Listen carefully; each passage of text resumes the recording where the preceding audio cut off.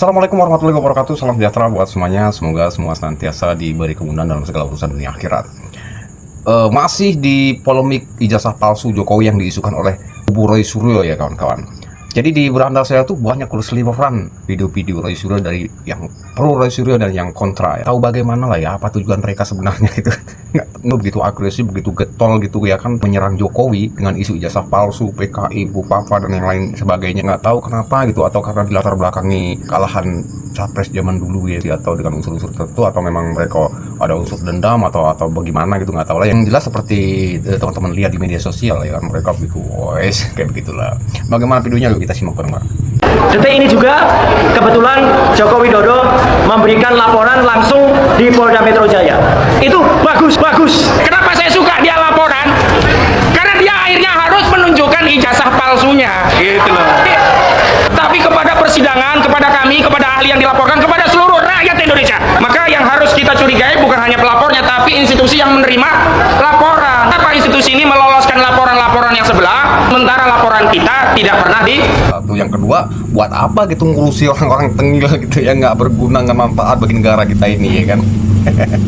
Lanjut. Terima Tito Karnavian, Krisnamurti, Muhammad Lual Azhar, dan Christopher Harimandrianto. Itu komplotan polisi penipu. Si penipu ya tuh kalau bicara tuh nggak tanggung-tanggung jem gitu ya. Karena laporan mereka tidak ditanggapi mungkin ya kan. Sebenarnya bukan tidak ditanggapi sih, direspon karena barang bukti mereka itu tidak cukup ya, jadi disuruh ngelengkapin dulu. Kalau barang bukti mereka udah cukup ya mungkin langsung ditanggapi, kemudian direspon, kemudian dilakukan sesuai dengan prosedur yang berlaku seperti itu. Kalau saya sih bukan ahli hukum ya nggak paham gitu kan. Gitu. Tapi menurut ahli hukum begitu. Anehnya lagi seperti yang kita lihat dalam video tadi ya kan. Bagus kalau Jokowi melaporkan bla bla bla bla. Begitu dilaporkan kata mereka dikriminalisasi. Gimana sih? Pembungkaman. Lanjut kawan-kawan. Enak aja. Siapa kemarin yang bilang bahwasannya kalau Bapak Jokowi itu terus melanjutkan pelaporan tentang ijazah palsu itu namanya kriminalisasi hukum? Namanya itu pembungkaman. Siapa? Enak aja. Kemarin kalian kemana? Yo, sudah dijelaskan oleh banyak pihak, bukti-bukti sudah dipaparkan, bahkan sampai pihak UGM sendiri yang harusnya merasa dirugikan dengan pemalsuan ijazah itu aja sudah menjelaskan. Kalian masih brutal bertingkah, ya kan? Kalian masih saja menebar isu-isu itu. Bahkan kalian menjelek-jelekkan dengan kata-kata yang nggak pantas kepada Bapak Jokowi. Sekarang giliran Bapak Jokowi itu menggunakan haknya sebagai warga negara, mengambil langkah hukum, kalian bilang dikriminalisasi. Ini ya yang saya bilang, untuk proyek isu ijazah palsu ini, kalau sampai ada orang yang percaya, meskipun itu orang pintar, saya bilang, pintar nih jadi bodoh, ya. Dan kalau orang yang bodoh kemakan isu ini, ya gue mau, uang bodoh nih sok pintar, ya, nggak menggunakan penalarannya. Kita tuh membahas ijazahnya asli atau tidak, skripsinya asli atau tidak gitu. Bukan orangnya yang kita sasar. Nah, jadi ini harus dibedakan juga dan Nah, itu kan begitu dilaporkan kata dia, kita ini bukan menyerang orangnya, kita nih ijazahnya, meneliti ijazahnya dan lain sebagainya gitu kan ya. Tapi rekam jejak mereka, rekam jejak digital mereka tuh semua ada kawan-kawan. Mereka menghujat, menghina ya kan. Tapi begitu dilaporkan kayak begitu. Ya coba lihat coba. terminologi asli palsu itu sama dengan terminologi yang ada di ilmiah sains. Fake document, real document atau original document, originating itu ada pada Jadi dia bukan hanya menganalisis tapi sudah menghina kawan-kawan ya. Sudah menghina, sudah menuduh seperti itu kan. Padahal itu bukan wewenang mereka, juga mereka tidak berhak untuk menyatakan semua itu gitu kan. Kayak gitu. Lanjut kawan-kawan. terminologi ilmiah.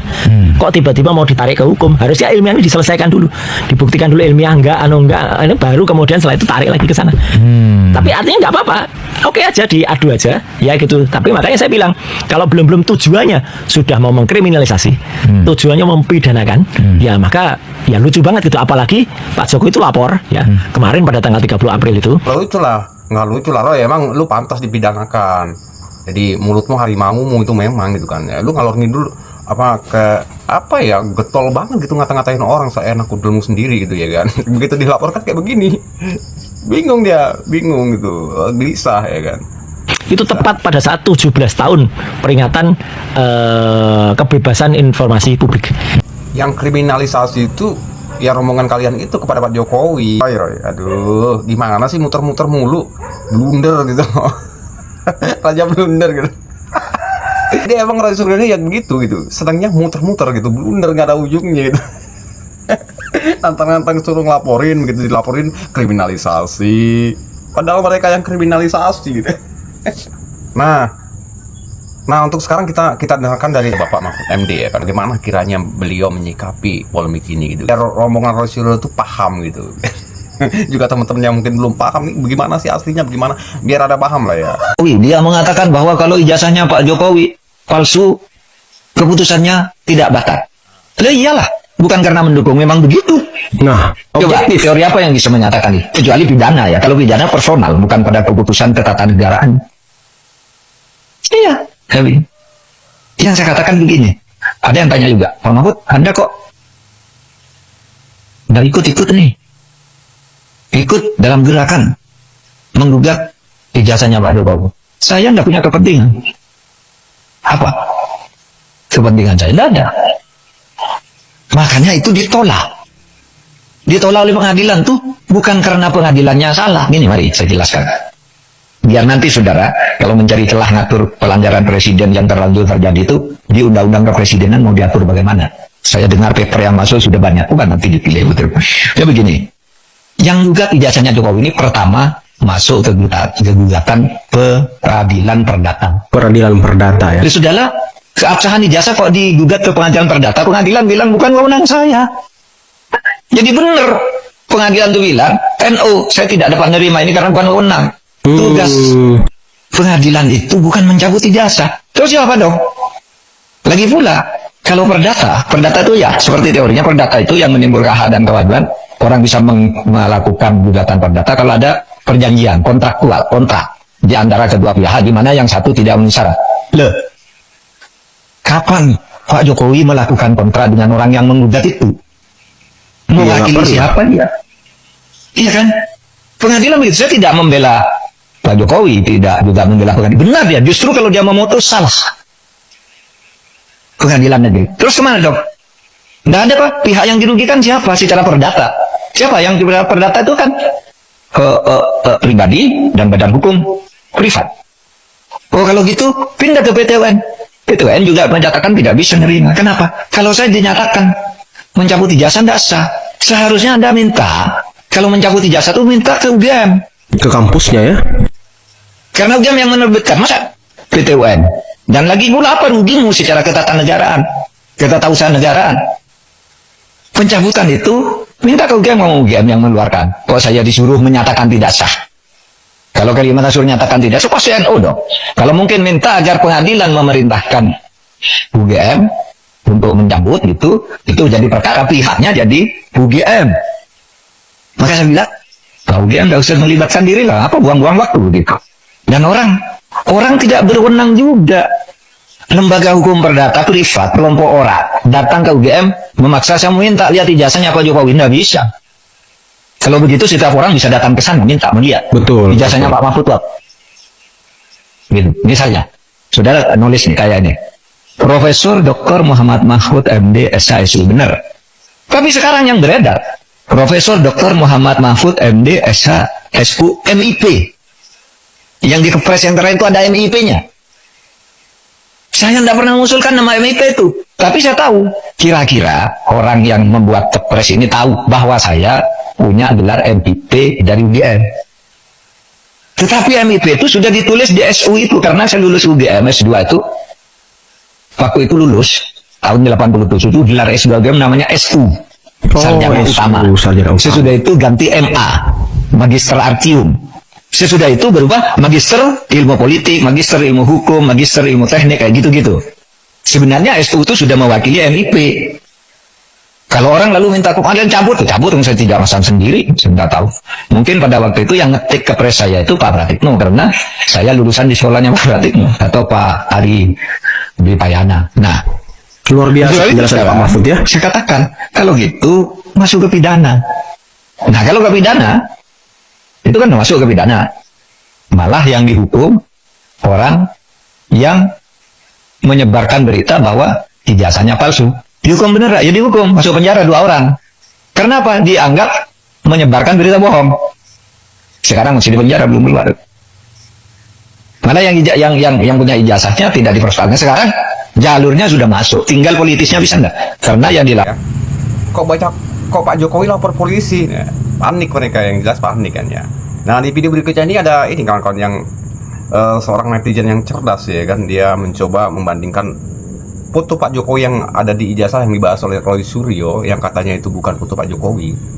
Nah itu dibandingkan dengan foto Pak Jokowi yang asli. Nah nggak tahu bagaimana ceritanya, bagaimana teorinya. Yang jelas kita simak video ini biar kita tidak gagal paham ya. Saya sudah edit foto yang dulu Roy Suryo yang tadi saya pakai stiker kacamata, kemudian gambarnya saya agak sedikit tambahkan noise. Kita akan lihat supaya fair kan teman-teman. Oke, ini pembuktian kalau seharusnya melakukan riset seperti ini harus adil, harus bisa sama gambarnya, harus ya ini nggak adil kan, fotonya udah lama sekali nggak terlalu jelas dan kemudian pakai kacamata. Sekarang saya akan buktikan kepada kalian semua. Coba saya sudah edit foto Roy Suryo pakai kacamata dan kemudian gambarnya saya blurkan teman-teman. Sebentar, saya blurkan ini, agak keburkan sedikit, kemudian saya pakai gambarnya Roy Suryo ya. Nah, hasilnya akan seperti apa? Merah, tidak match teman-teman. Kalian bisa melihat bahwa aksesoris dan kualitas gambar itu berpengaruh ya, nggak match. Kalau mau adil harus seperti ini dong Bang Roy Suryo ya, harus seperti ini, tidak match. Kalau sekali lagi saya masukkan foto yang sama tapi tidak saya pakaikan kacamata, foto yang sama tidak pakai kacamata, hasilnya akan match. Oke, pertanyaannya, Bang, sekarang coba dong buktikan kalau foto ini, poin yang terakhir ya. Saya pikir penjelasan yang singkat ini bisa menjelaskan dan membuktikan bahwa foto dalam Pak Jokowi itu di ijazahnya itu asli. Sini saya ajarkan teman-teman ya, sini saya buktikan. Oke, yang pertama adalah agar supaya adil, saya akan cari, kan kemarin saya sudah dapat foto Pak Jokowi waktu nggak pakai kacamata.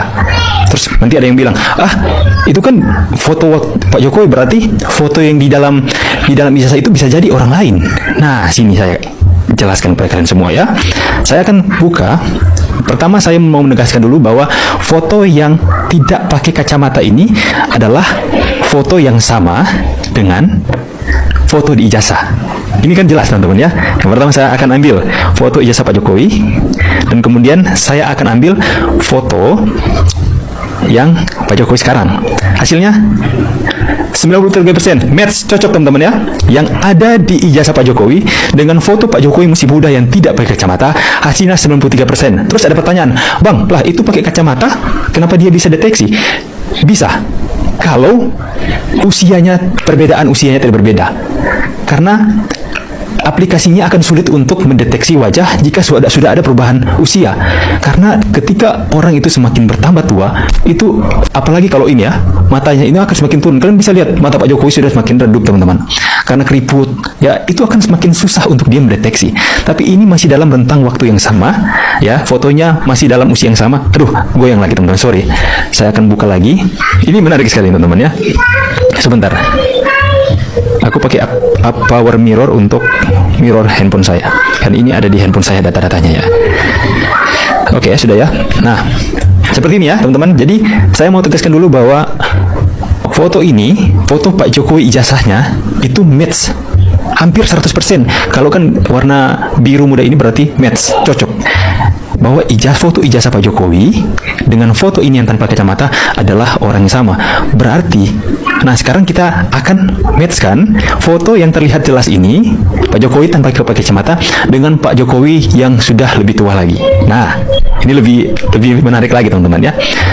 Yang pertama, kalian ingat dulu bahwa saya sudah buktikan lewat software ini, lewat aplikasi ini, bahwa foto di ijazah itu dengan foto Pak Jokowi ini adalah orang yang sama. Match ya, bukan orang lain ya. Nah sekarang, exit.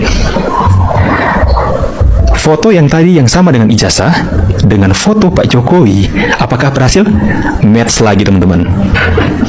Semuanya saling berkaitan. Semuanya saling berkaitan teman-teman. Ini ya. Ini foto Pak Jokowi nggak pakai kacamata dan saya ambil foto Pak Jokowi yang keriputnya belum terlalu banyak, tapi perbedaan usianya sudah jauh teman-teman ya. Jadi kalian bisa melihat sini. Ijazah foto dan ijazah Pak Jokowi match dengan foto yang sebelah kiri, dan kemudian foto yang sebelah kiri match dengan foto yang sebelah kanan. Jadi itu di ijazah yang mereka katakan ijazah palsu, foto palsu adalah Cerdas ya kawan-kawan. Ini bisa jadi titik terang ya kan. Jadi satu awal titik terang agar teman-teman semua ini pada paham gitu kan, yang sudah termakan hasutan Roy Suryo itu bisa terbuka pikirannya ya kan. Semoga video tadi bisa mengedukasi kita semua ya. Lanjut ke video berikutnya kawan-kawan. Mulut kotor seorang Roy Suryo, saya akan mengadakan gerakan moral pengumpulan 1 juta panci botol. Beda lagi dengan bapak-bapak ini ya kawan-kawan. Dia mau memecahkan rekor 1000 panci untuk mengenang Roy Suryo. Ada-ada aja ya kan. 1000 panci. Kepada semuanya saja warga negara Republik Indonesia yang mendukung gerakan kami mohon bila panjenengan semua, bapak ibu semua punya panci-panci bodol yang di rumah, Yang buat mak-mak ya, siapa aja yang ada panci rombeng gitu ya kan, panci rombeng, panci yang udah nggak kepake gitu, bisa dikirim ke bapak ini kawan-kawan. Jadi banyak yang kirim ya kan. Untuk mengenang Roy Suryo ya kan. mohon untuk berkenan dikirim ke kami. Alamat nanti bisa di running tag, bisa dilihat pada seorang Sudarsono, di mana panci-panci tersebut nantinya akan saya gelar di saat sidang perkara Roy Suryo. Itu. Berikutnya setelah nanti gelaran sidang selesai, kita juga buat monumen panci bodol untuk Roy Suryo. Dan jangan lupa saksikan pertandingan tinju, karena saya menantang ingin duel tinju dengan Roy Suryo. Kenapa ini saya lakukan? Ya karena di saat tanggal 16 kemarin di rumah Bapak Joko Widodo, saya kan hampir pukulin orang itu. Orang-orang yang terprovokasi oleh kalimat-kalimatnya Roy Suryo. Untuk saya tidak. Makanya saya ada tantangan terbuka untuk Roy Suryo. Kita duel di atas ring supaya tidak ada istilah kriminalisasi, politisasi, murni sesama anak bangsa. Tapi Roy Suryo punya pendapat yang selalu merendahkan Bapak Joko Widodo, saya Sudarsono yang selalu membanggakan Bapak Joko Widodo.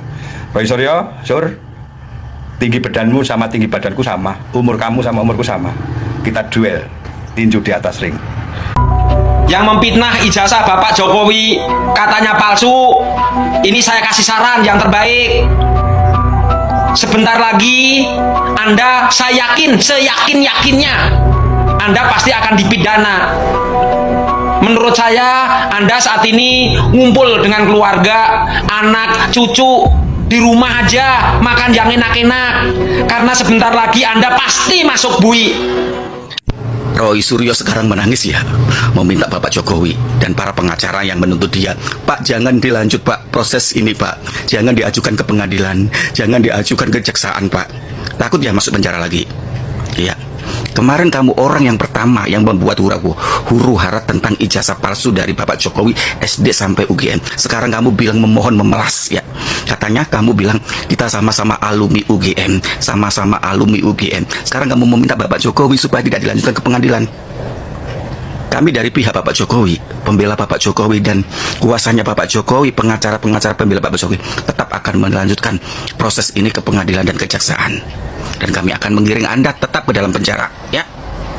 Tidak ada kata maaf buat kamu Roy Suryo. Kamu harus masuk penjara kedua kalinya. Begitu juga kerombol-kerombolanmu ya. Kami akan membuat mereka ketar-ketir kembali ya. Jangan Pak, jangan diadukan ke pengadilan Pak, jangan dilanjutkan ke kejaksaan Pak, kita sama-sama alumni. Kemana nyalimu yang kemarin teriak-teriak? Kemana nyalimu yang kemarin memprovokator ibu-ibu untuk membenci Jokowi, menyuarakan ijazah palsu? Kemana? Sekarang kamu mengemis meminta kepada Pak Jokowi supaya tidak dilanjut ke pengadilan. Kami tetap akan melanjut kamu Roy Suryo ya. Tunggu kamu akan masuk penjara kedua kalinya. Lanjut ya, para pengacara-pengacara Bapak Jokowi dan pembela Bapak Jokowi, dan kita semua pembela Bapak Jokowi akan tetap untuk memproses Anda dan konco-konco sampean, terutama ibu-ibu itu yang sambel-sambel itu ya. Kemarin nantang-nantangin, adili Jokowi, penjarakan Jokowi, ya. Giliran dilaporin sama Pak Jokowi, ya. Seperti biasa, lagu lama merasa dibungkam dan dikriminalisasi. Orang sabar ya ada batasnya. Jangan mentang-mentang diam, kalian mau-maunya, ya. Sekarang nikmati saya, nikmati. Polda Metro Jaya memanggil orang terlapor, diantara lain adalah Roy Suryo, mantan Menpora, ahli digital forensik Rismon Sianipar, Ti Fauzia untuk menjalani pemeriksaan terkait ijazah palsu Jokowi. 5 orang tersebut dijadwalkan akan menjalani pemeriksaan pada pukul 10 pagi. Rizal Fazilah mengkonfirmasi akan memenuhi panggilan Polda Metro Jaya dan bersiap untuk memberikan keterangan. ada 4 nama yang hari ini dimintai keterangan untuk undangan klarifikasi berkaitan dengan pelaporan tersebut. Dan di antaranya adalah Rizal Fadila, Damai Hari Lubis, Nia Triroyani, yang Rustam Effendi. Namun baru saja kami mendapat konfirmasi dari juru bicara TPUA bahwasanya Rizal Fadila hari ini tidak hadir dikarenakan mengalami kecelakaan di Bandung usai memberikan keterangan di Barreskrim 2 hari yang lalu. Dan dapat kami sampaikan bahwa hari ini yang dikonfirmasi tim dari TPUA adalah undangan klarifikasi. Dan tadi pada pukul 9 ini ketiga nama lain yang sudah hadir sudah diperiksa oleh Ditreskrimum Polda Metro Jaya. Demikian untuk video kali ini ya kawan-kawan, semoga bermanfaat bagi kita semua. Semoga kita semua bisa memetik pelajaran dari video ini, bisa mengambil hikmahnya, bisa mengambil indahnya. Satu hal yang perlu saya sampaikan, jangan mudah percaya, jangan mudah terprovokasi, apalagi terhasut. Jika Anda mendapatkan berita atau suatu informasi penting, tarik benang merahnya dulu, cari informasi pembanding agar tidak kebalinger. Terima kasih sudah menonton. Assalamualaikum warahmatullahi wabarakatuh.